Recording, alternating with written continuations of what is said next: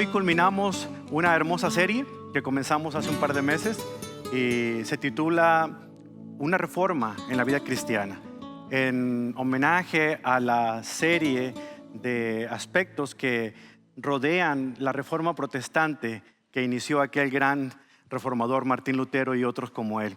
Entonces, hoy, como último mensaje, vamos a cerrar con broche de oro, con un platillo fuerte, y tiene mucho que ver acerca con la adoración, una reforma a nuestra adoración.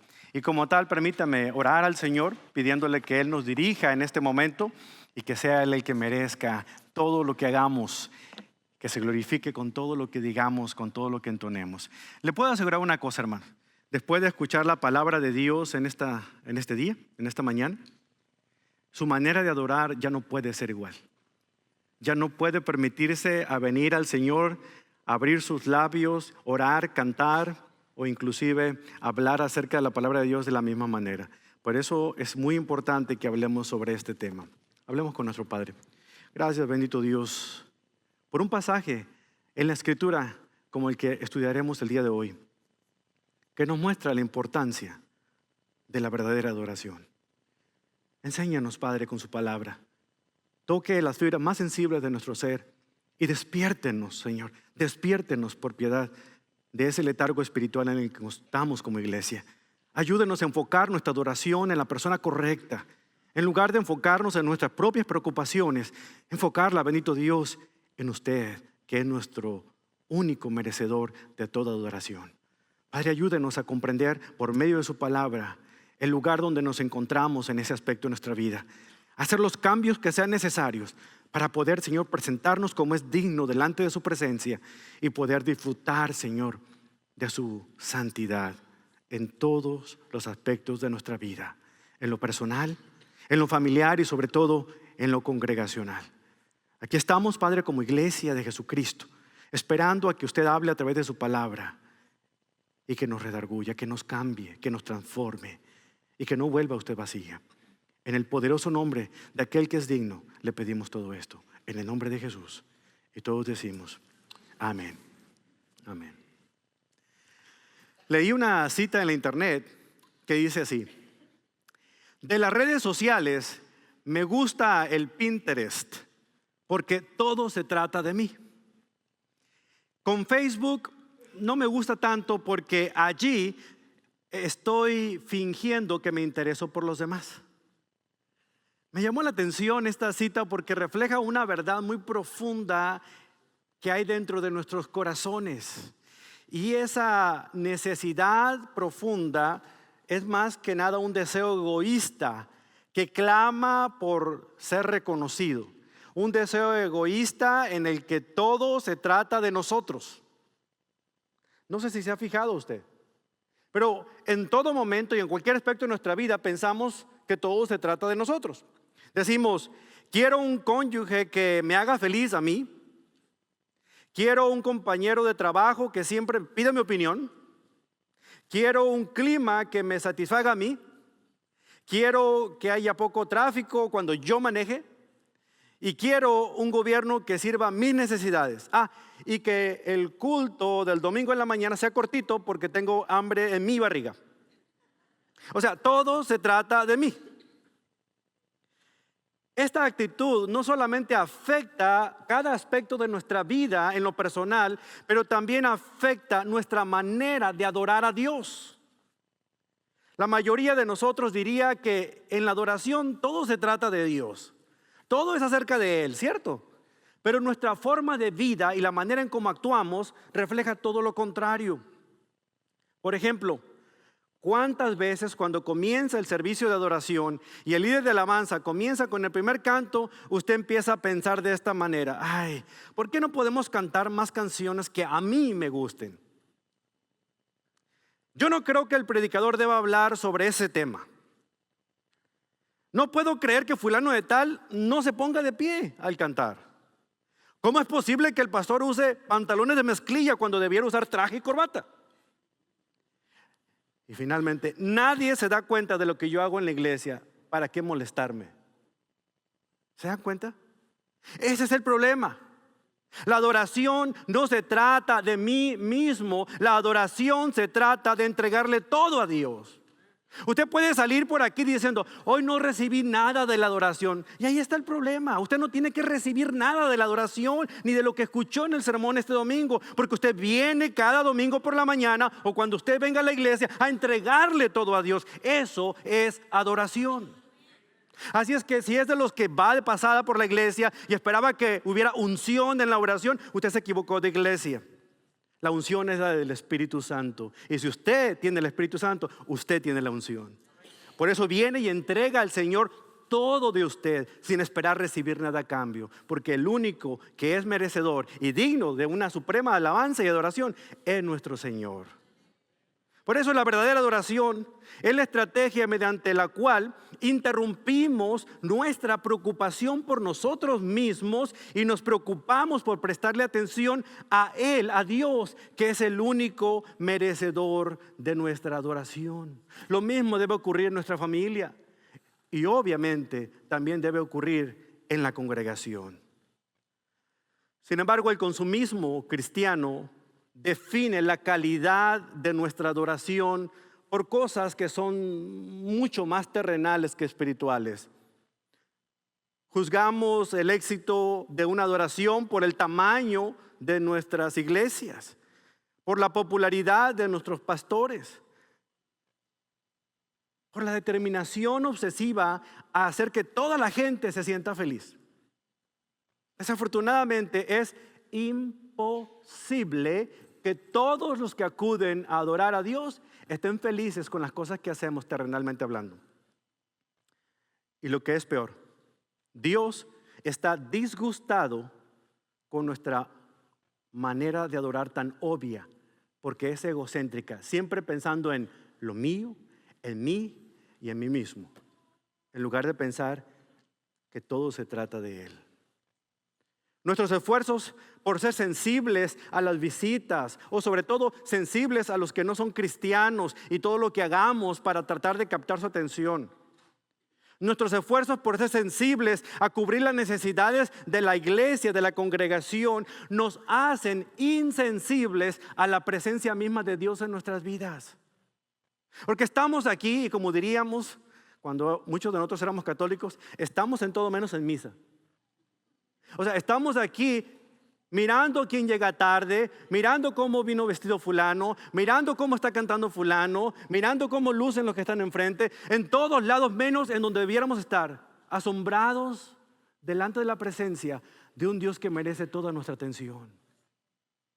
¿Se da cuenta por qué dije al principio que nosotros debemos cambiar radicalmente nuestra forma de ver la adoración?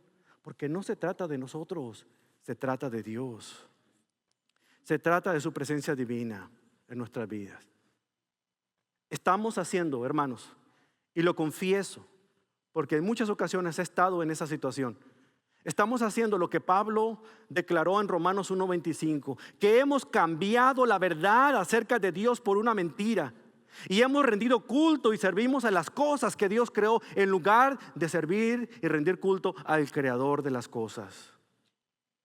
Un predicador llamado Steve Lawson hizo una serie de predicaciones interesantes. Y en una de las veces en que él predicó en el seminario de Dallas, hizo una declaración impactante que toca fibras sensibles a lo que es la adoración. Escuche. Él dijo, a medida de que la iglesia avanza en el siglo XXI, el estrés para producir ministerios relevantes nunca ha sido tan grande como hoy. Influenciados por las fusiones corporativas, los imponentes rascacielos y las economías de expansión, se percibe a los más grandes como los mejores. Y en ninguna parte se ve esta mentalidad de Wall Street tan clara como en la iglesia de hoy. Es triste decirlo, pero la presión por obtener resultados inmediatos ha llevado a muchos ministerios a sacrificar la centralidad de la predicación bíblica en el altar del pragmatismo centrado en el hombre. Todo se trata de mí, decimos. Está surgiendo una nueva forma de hacer iglesia. En este cambio de paradigma radical, la exposición está siendo reemplazada por el entretenimiento.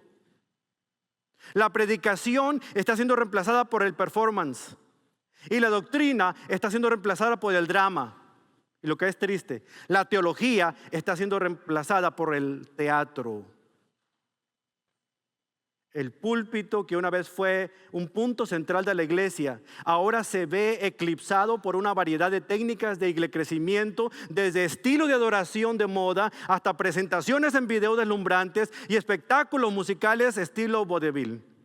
Trágicamente, la mayor parte de lo que pasa como predicación bíblica hoy en día está muy por debajo de los estándares apostólicos del Nuevo Testamento. Muchos predicadores se conforman con dar solo papilla a los bebés espirituales en lugar de enseñar todo el consejo de la palabra de Dios. Predicamos para lo que quieren oír los demás, no lo que necesitan escuchar de Dios. Y ese es un pecado del cual Dios nos pedirá cuentas a todos los predicadores. Es cierto, hermanos, la iglesia se está convirtiendo en un gran negocio y es una operación muy ingeniosa. Pensamos que la iglesia debe crecer rápido si traemos a un motivador profesional en lugar de un pastor o un predicador de la palabra. Pensamos que va a ser más atractivo y dinámico la adoración si tenemos músicos y cantantes que hagan el espectáculo de la farándula cristiana en lugar de verdaderos adoradores. Pensamos que si tuviéramos nosotros que darle al público lo que quiere, como diría don Francisco, entonces aquí estuviera lleno de personas que estarían contentas y satisfechas con nuestro estilo de adorar a Dios. Pero no es lo que la gente quiere, es lo que Dios quiere, ¿cierto? De manera que si usted es de los que están pensando de esta manera, tengo noticias para usted. No venimos nosotros para ser entretenidos, ni mucho menos venimos para hacer negocios de la fe. Venimos para adorar a Dios con todo nuestro ser, porque la adoración no se trata de mí, sino se trata de Él. ¿Lo cree usted? Pero ¿de dónde viene tanta preocupación por el yo?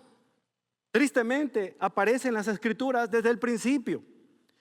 Comenzando en el huerto del Edén, inmediatamente después de la caída de la humanidad, antes de que Adán y Eva pecaran, ellos tenían una relación muy cercana con Dios.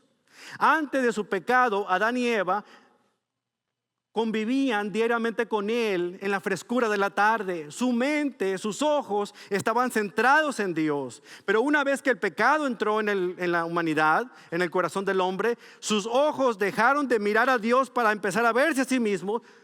Por eso se dieron cuenta que estaban desnudos y empezaron a preocuparse por sus propias cosas. Como dirían en mi tierra, se ensimismaron. Solamente veían lo que era conveniente para ellos.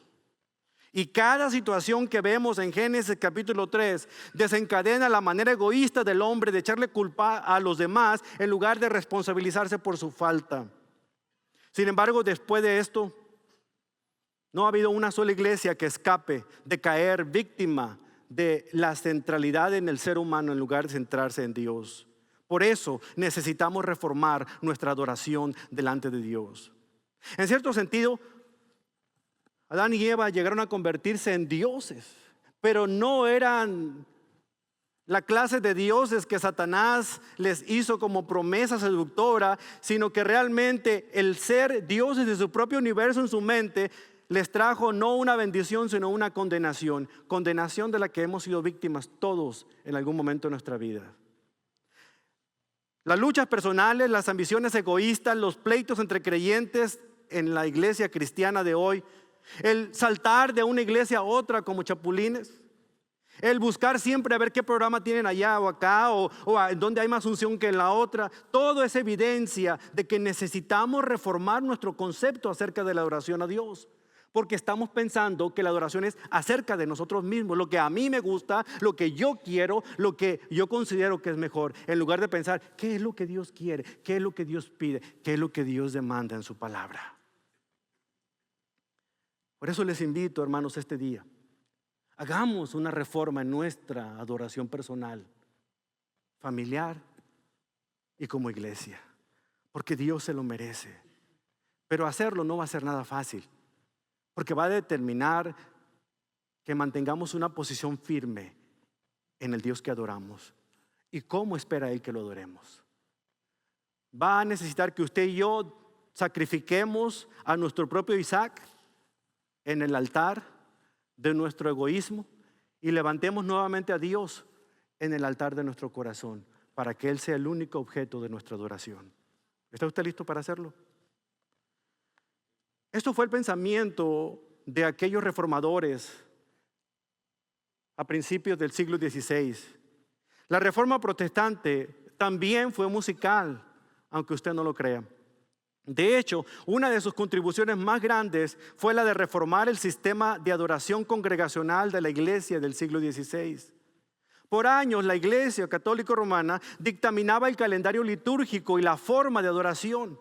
Todo estaba dicho y cantado en latín, empleando la misa, que era un género musical sacro de aquel tiempo, antes de que existieran compositores de misas individuales.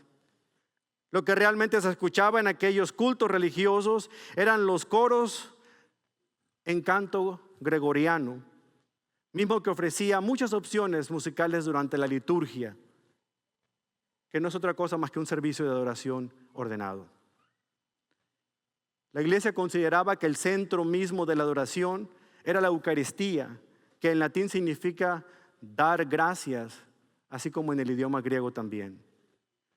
Esto se consideraba el centro de la adoración misma, y el catecismo de la Iglesia Católica Romana enseña que en la Santa Misa se renueva el sacrificio de Cristo en el Calvario al celebrar el sacramento de la Eucaristía.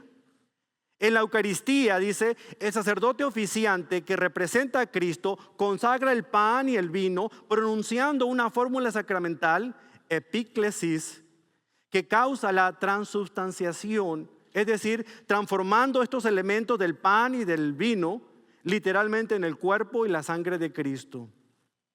Si alguien no creía eso, era anatema, era condenado a maldición. Este punto de vista originó como resultado en aquel cuarto concilio de Letrán en el año 1215 una gran revolución en la forma de adorar a Dios. La iglesia consideraba que solamente aquellos elegidos o aquellos profesionales eran los únicos dignos de hacerlo, no la demás gente. Cosa a la que Ulrico Zwinglio, otro de los grandes reformadores protestantes de aquel tiempo, en 1529 criticó abiertamente este punto de vista, considerándolo antibíblico, citando Hebreos 9:28, diciendo que Jesucristo se ofreció a sí mismo como sacrificio una sola vez y para siempre, pagando por todos los pecados de la humanidad. Según él, ya no había necesidad de que Cristo tuviera que ser bajado del cielo, metido en el pan y en el vino para que la gente pudiera recibir nuevamente su sacrificio. Por tal razón, Martín Lutero pensó que la misa era un sacrificio de alabanza, un acto de adoración, de dar gracias al Señor por lo que hizo, no un sacrificio expiatorio que se repite una y otra y otra y otra vez, haciendo que Cristo descienda nuevamente al Calvario. Es por eso que durante la época de la Reforma en Wittenberg se abolió la misa privada y se instauró la cena del Señor como una representación del sacrificio de Cristo, pero no como el sacrificio mismo.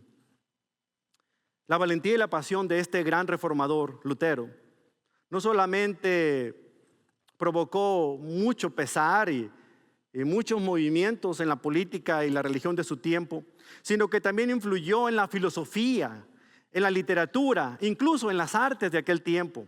En particular, los puntos de vista de Lutero provocaron amplias reformas en el mundo de la música. ¿Sabe usted? Lutero nació en aquel pequeño pueblo llamado Eisleben, provincia de Turingia, que fue semillero de grandes compositores famosos. Uno de ellos, estoy seguro que usted ha escuchado de él, Juan Sebastián Bach.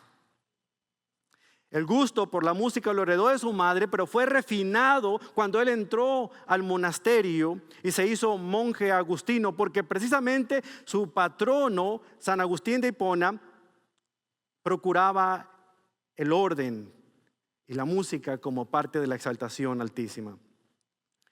Por eso escribió en una ocasión Martín Lutero lo siguiente: no hay arte que pueda ponerse al mismo nivel que la música, excepto la teología.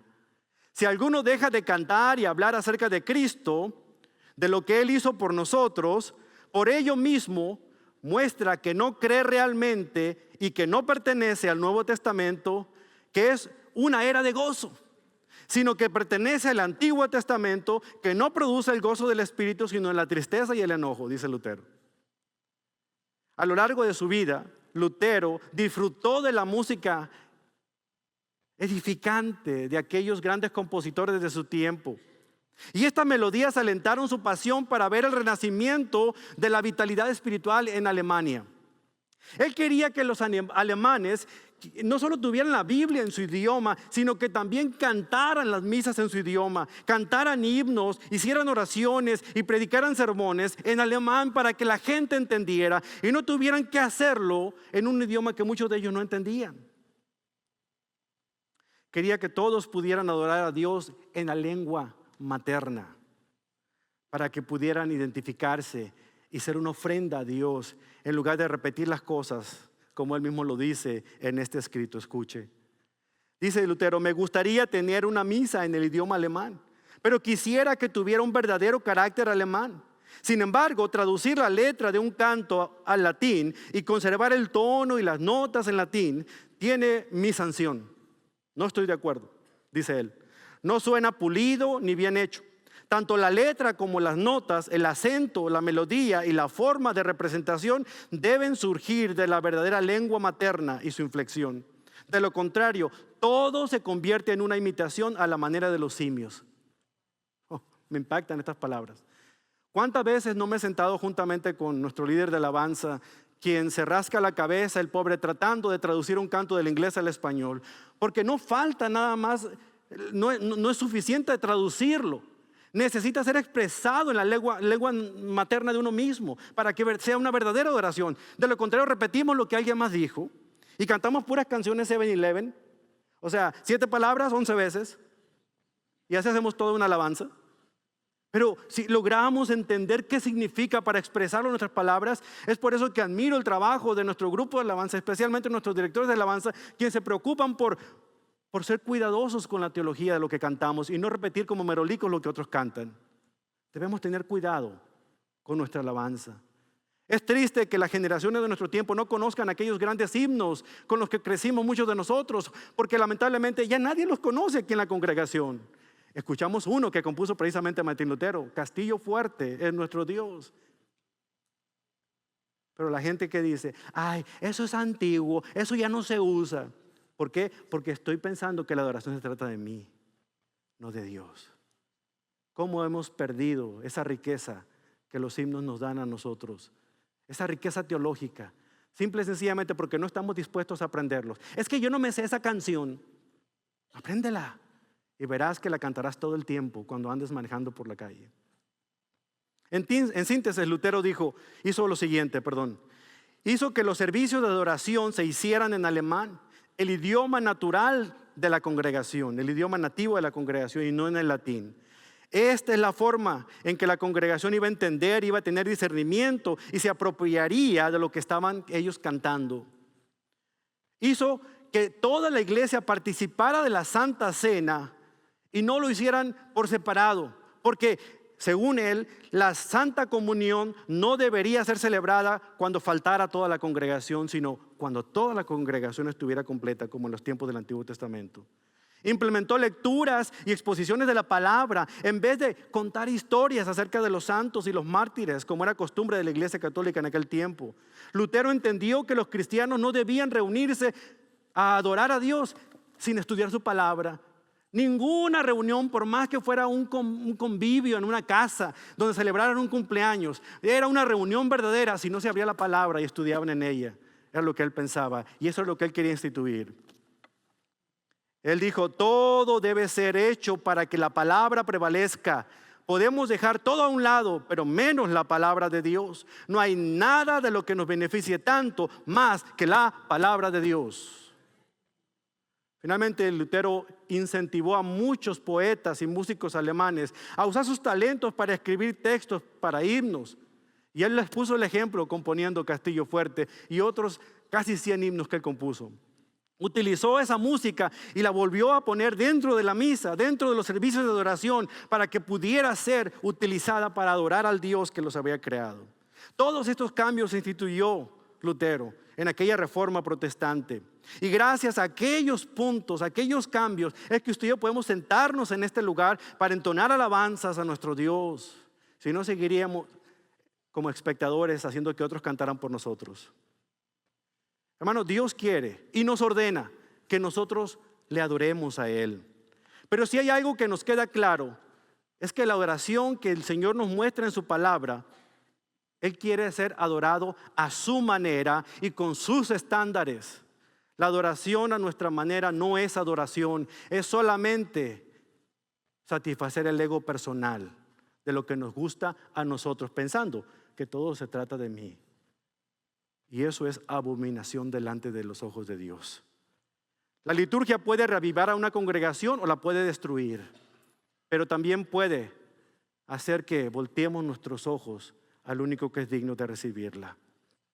Más que buscar tener un orden adecuado, más que buscar respetar los tiempos, es desnudar nuestra alma para que el Señor conozca lo que realmente hay dentro de nosotros y expresemos lo mejor que creemos acerca de Él por medio de nuestros labios. Eso es adoración. Una liturgia cristocéntrica basada en el Evangelio de Dios es la mejor manera de reavivar a un pueblo que está muriendo por la falta de conocimiento de la palabra de Dios. ¿Sabe por qué? Porque la adoración no se trata de recibir. La adoración a Dios se trata de entregar todo lo que somos a Él. Y alguien que nos enseña esta gran verdad fue un profeta del Antiguo Testamento llamado Isaías. Isaías nos muestra realmente lo que debe ser nuestra vida en comparación con lo que es la vida de Dios en nosotros. Vaya conmigo a Isaías capítulo 6, un capítulo maravilloso que nos habla de la santidad de Dios, pero que nos presenta específicamente la verdadera adoración que Él espera que le rindamos. Isaías capítulo 6, versículos 1 al 8. Mientras busca en su Biblia Isaías capítulo 6, versículo 1, déjeme contarle un poquito el trasfondo de este pasaje. Pocos reyes de Israel gobernaron por tantos años y tuvieron tanto éxito en su gobierno como un rey llamado Usías. Él estuvo en el trono de Judá por 52 años. 52 años. Llevamos 2 con el rey que tenemos aquí en este país y ya no llamamos la puerta, ¿verdad? Imagínense, 52 años. En el apogeo de su reinado, dirigió exitosas expediciones contra los enemigos de Judá, fortaleciendo los muros de Jerusalén, levantando la Biblia o las Escrituras, como en aquel tiempo se llamaban, al nivel en el cual toda la gente pudiera leerla y entenderla. Trajo mucha prosperidad a la nación de Israel. Usías llegó a ser tan importante que lamentablemente cuando un gobernante hace muy bien su trabajo y tiene éxito en lo que hace, la gente comenzó a poner su mirada en él y lo llevaron a un altar y bajaron a Dios de él, descuidando y olvidando de quién se trataba todo. Y comenzaron a honrar a Usías como realmente un hombre conforme al corazón de Dios. Sin embargo, sus últimos días demostraron que el éxito se le subió a la cabeza. Y Usías se volvió orgulloso. ¿Cuál fue su falta? Un enfoque egocéntrico de la adoración a Dios. Un día entró a la fuerza al templo y quiso hacer una de las funciones destinadas únicamente al sumo sacerdote. Quiso ofrecer incienso en el altar, en el lugar santísimo, a Dios. Y no le correspondía hacerlo, era un acto de desobediencia, pero no le importó. Él también quería hacerla de sumo sacerdote. Así es que en ese momento Dios lo disciplina, enviándole una lepra con la que vivió el resto de su vida. Al final de sus días, un hombre que comenzó muy bien, terminó muy mal. Pero al final de sus días, fue un rey que dejó el trono. Fue un hombre que estaba echado fuera de la sociedad. Y fue alguien que dejó de estar delante de la presencia del Señor. Pero en ese mismo tiempo, cuando Usías murió, Dios estaba levantando y refinando el corazón de un profeta que iba a llevar su nombre por todos los confines de la tierra. Y esto es lo que hace que el capítulo 6 de Isaías sea un capítulo muy particular para nosotros cuando hablamos de la adoración. Aunque en este momento Isaías, que era una persona quien amaba al rey Usías, como todos los demás como todos los demás súbditos de Israel, por lo buen hombre que era, aparte Usías tenía la fortuna de ser un amigo personal de Isaías. Isaías se sentía contento, pero al morir su amigo pensaba, ahora ¿qué va a hacer de nosotros aquí en la nación? ¿Quién nos va a dirigir ahora? Él no se sentía con la capacidad de hacer nada por sus propios medios. Pero es posible que Isaías tuviera su mirada puesta en el hombre en lugar de tenerla puesta en Dios, pues se sentía tan desolado por su muerte que no encontraba consuelo. Fue entonces que decidió ir al templo para buscar el consuelo de parte de Dios, como lo había hecho en otras ocasiones. Vean el versículo 1. Aquí Isaías, con el corazón destrozado, escribe lo siguiente: el año en que murió el rey Usías, yo vi al Señor. Vamos a hacer una pausa ahí. Una vez que Isaías entró en el templo, no se distrajo por los ropajes tan adornados de los sacerdotes. No se distrajo con los cantos que había en ese lugar. No se distrajo ni con los utensilios del templo destinados a la adoración al Señor. Él iba con una sola cosa en mente: poner su mirada en la presencia misma del Señor. Y el Señor no lo defraudó, porque también el Señor tenía planeado atraer a Isaías para mostrarle toda su gloria. Él vio al Señor. Ve el versículo que sigue. Dice, yo vi al Señor sentado en un majestuoso trono, y el borde de su manto llenaba el templo. El templo al que hace referencia aquí Isaías no es el templo construido por Salomón, es el templo celestial. En otras palabras, Isaías fue transportado en una visión hasta el tercer cielo mismo, donde se encuentra el trono de Dios.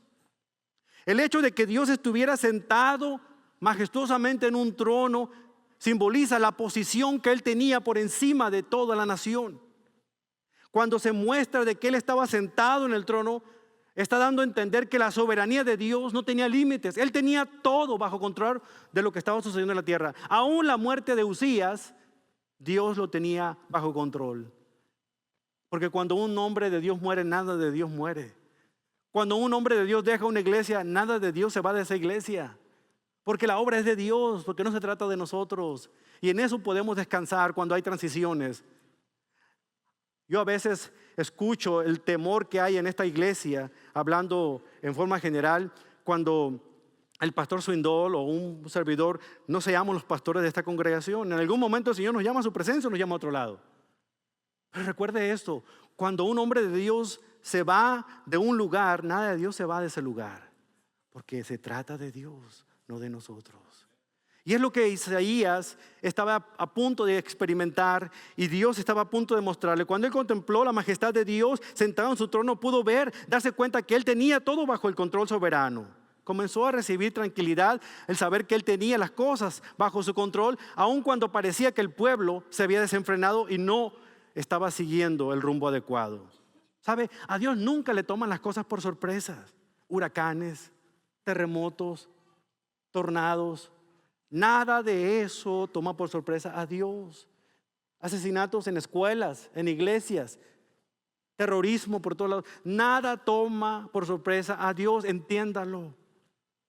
Aún todas esas cosas, lamentablemente, aunque a usted no le guste escucharlo, son parte del plan soberano de Dios.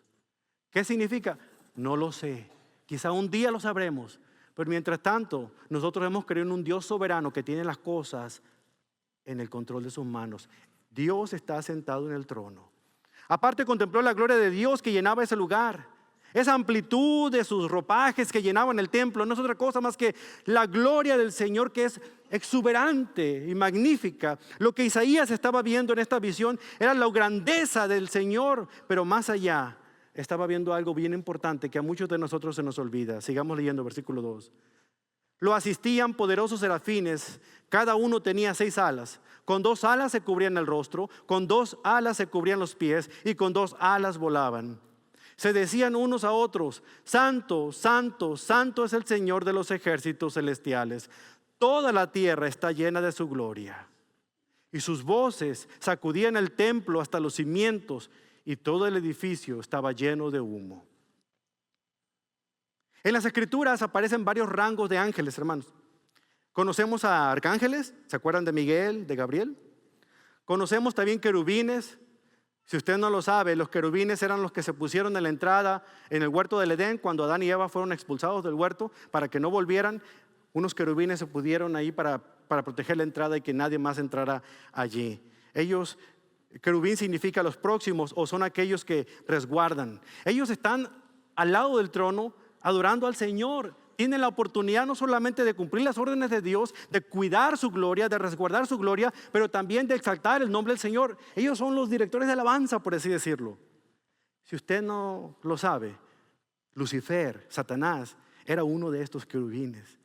Él era el encargado de dirigir la alabanza delante del Señor. Y cuidado con los líderes de alabanza cuando se les sube el éxito a la cabeza, porque vean lo que le pasó a uno de los más grandes líderes de alabanza que tenía en su presencia, cuando empezaron a ver que todo se trata de mí en lugar de que todo se trata de Dios. Pero también aquí en este pasaje es el único pasaje en toda la Biblia que nos habla de otra orden de ángeles, serafines. Serafín significa fuego abrasador. Y a diferencia de los querubines que también están cantando alabanza, los serafines son ángeles que adoran todo el tiempo, no dejan de adorar. Nosotros termina el culto más o menos a las 12, 12 y cuarto y nos vamos a la casa y parece que dejamos de adorar. Estos serafines nunca se cansan de adorar, siempre están, santo, santo. Vamos a hacer un ejercicio, pónganse de pie, así ve que se despiertan algunos. Pónganse de pie. Hermana Reina, levanta la mano bien alto. Mire, de la hermana Reina, todos los que están adelante y atrás de la hermana Reina para acá, miren hacia el lado contrario de ustedes, miren hacia el otro lado. Y de la hermano Jorgito para acá, miren para este lado. Mírense, encuéntrense, dense la vuelta.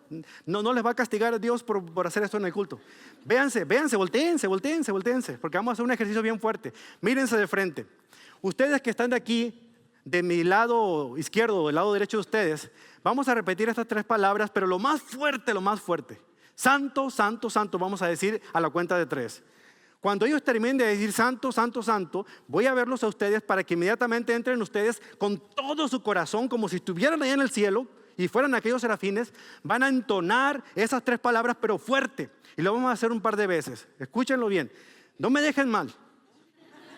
Háganlo bien fuerte, que escuchen hasta el otro servicio ya en inglés. ¿Estamos listos aquí? A la 1, a las 2 y a las 3. Santo, santo, santo.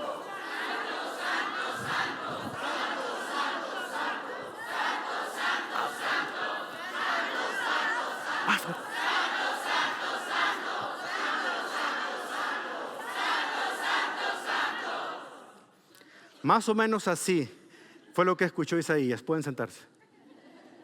Quizá con un poquito más de injundia, como que le faltó que desayunar.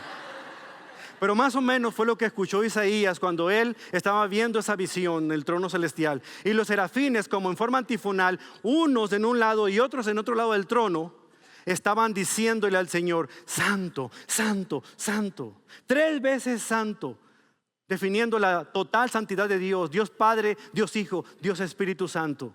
Era lo que él estaba contemplando y él no pudo aguantar más. Jamás en su vida había visto esto. De su canto antifonal, dice un historiador, podemos concebir que se habían alineado en 2 filas opuestas para exaltar la grandeza y la santidad de Dios. Eso es lo que él escuchó. Aquel trono majestuoso, la alabanza de los serafines que lo atendían, el canto con las palabras de santo, santo, santo. Todo esto enfatizaba la santidad perfecta de nuestro Dios. Santidad significa ser moralmente puro y perfecto y apartado de todo pecado.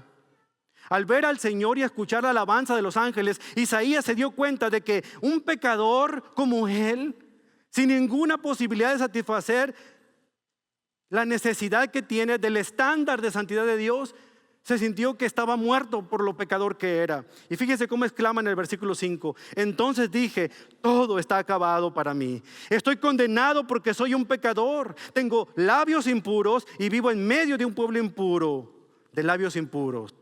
Sin embargo, he visto al Rey, he visto al Señor de los ejércitos. He visto al que es, al que era y al que ha de venir.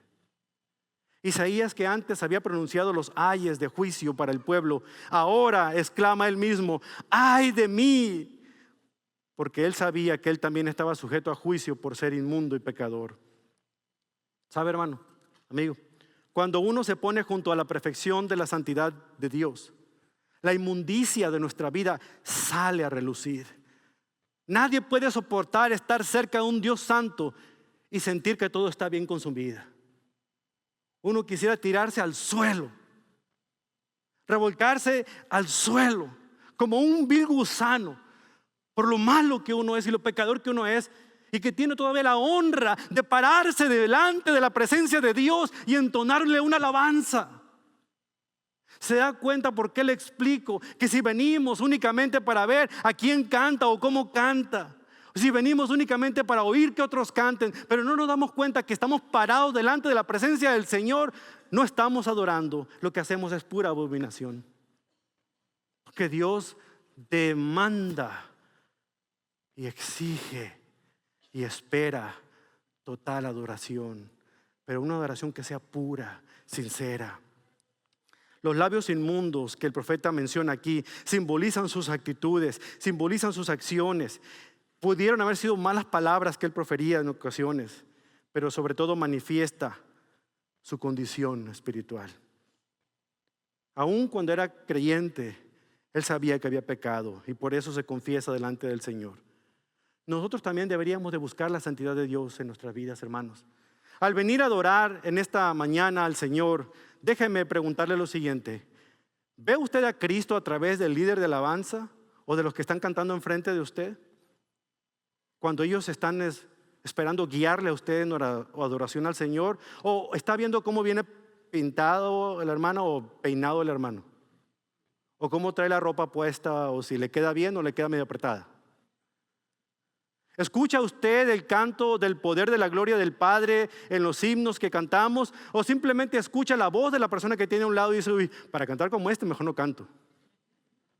¿Siente usted la presencia de Dios cuando levanta su voz en alabanza? ¿O siente la pelusa dentro de las bolsas de su pantalón porque no sabía cómo hacerle para que ya se acabe este canto? Cuando vemos y comprendemos la perfección de la santidad de Dios, reconocemos cuán pecadores somos, y no debiera provocar en nosotros más que caer al suelo, tirados como Nehemías, y decirle al Señor: perdón, Señor, por lo pecador que yo soy, no merezco estar dentro de su presencia. Pero sin embargo el Señor quiere que estemos en su presencia. Isaías vio al Señor, pero no solamente lo vio. Fíjese lo que ocurrió. Isaías también fue tocado por el Señor. De la misma manera que Adán y Eva apartaron su mirada de Dios y la centraron en su propia desnudez y en su vergüenza, Isaías se volvió intensamente a su propio pecado, diciendo: yo no merezco a Dios. En ese momento su pensamiento en sí mismo se interrumpió, cuando uno de los serafines voló desde el altar de Dios, desde el trono de Dios, y con unas tenazas recoge un carbón encendido y toca precisamente lo que él dijo que era su pecado. Soy un hombre de labios impuros, y toca sus labios con ese carbón encendido. Y escucha lo que dice el versículo 27. El serafín le dice: ¿ves? Este carbón te ha tocado los labios. Ahora tu culpa ha sido quitada y tus pecados perdonados. Esta acción significa la remoción de culpa del profeta, el perdón de sus pecados. Pero no fue el carbón lo que le quitó el perdón, lo que le provocó el perdón, ni le quitó sus pecados. Fue Dios, porque la presencia de Dios es ardiente, poderosa. Por eso debemos tener cuidado cuando nos presentamos delante del Señor, porque Él puede fulminarnos como un rayo si no tenemos nosotros cuenta. Porque nadie puede meterse con un Dios y salir ileso si uno menosprecia su presencia y su poder. La adoración que se ofrece con una conciencia libre de pecado es pura, refrescante. Pero una adoración que se ofrece de labios para afuera, nomás por cantar o nada más con otra cosa en nuestra mente, es abominación delante del Señor. Mejor quédese callado. Pero como Dios espera que usted abra sus labios, permita que Dios toque sus labios con un carbón encendido y purifique su alma. ¿Cómo hace eso Dios? Cuando usted reconoce su pecaminosidad y le dice al Señor: yo no soy digno, pero tú eres digno. Señor, yo no soy merecedor, pero tú eres merecedor. Ven, Señor, toca mis labios, quita mi culpa, confieso mi pecado. Y el Señor lo hará en ese instante. Nuestras ansiedades, nuestras preocupaciones por nosotros mismos desaparecen cuando el Señor realmente hace cosas grandes y dejamos de pensar en nosotros para pensar en Él. Finalmente, Isaías escuchó al Señor y respondió, versículo 8. Después de haberse apartado por medio de ese carbón encendido, después de haberlo separado de la inmundicia y haberlo restaurado, ahora estaba listo él, Isaías, para ser el instrumento del Señor. Fíjese lo que dice el versículo 8. Después oí que el Señor preguntaba, ¿a quién enviaré como mensajero de este pueblo? ¿Quién irá por nosotros?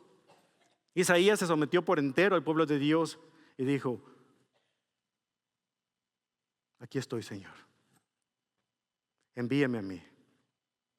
Pero antes de que él lo pudiera hacer, Dios tuvo que limpiar su corazón y su mente. Entonces estaba listo para adoración. ¿Cómo respondería usted cuando Dios le llame y le dice, ¿a quién enviaré? ¿Quién irá por mí?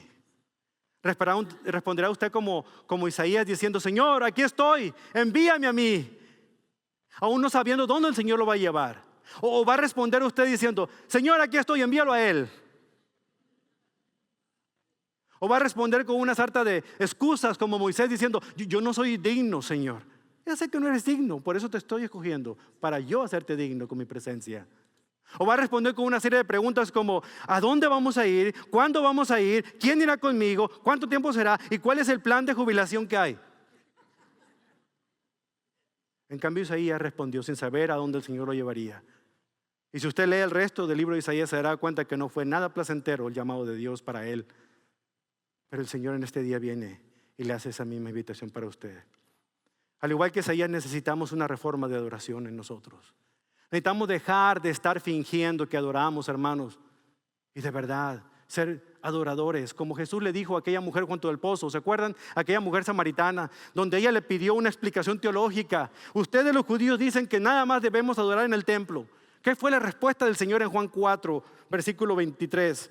Créeme, querida mujer, que se acerca el tiempo en el que no tendrá importancia si se adora al Padre en este monte o en Jerusalén.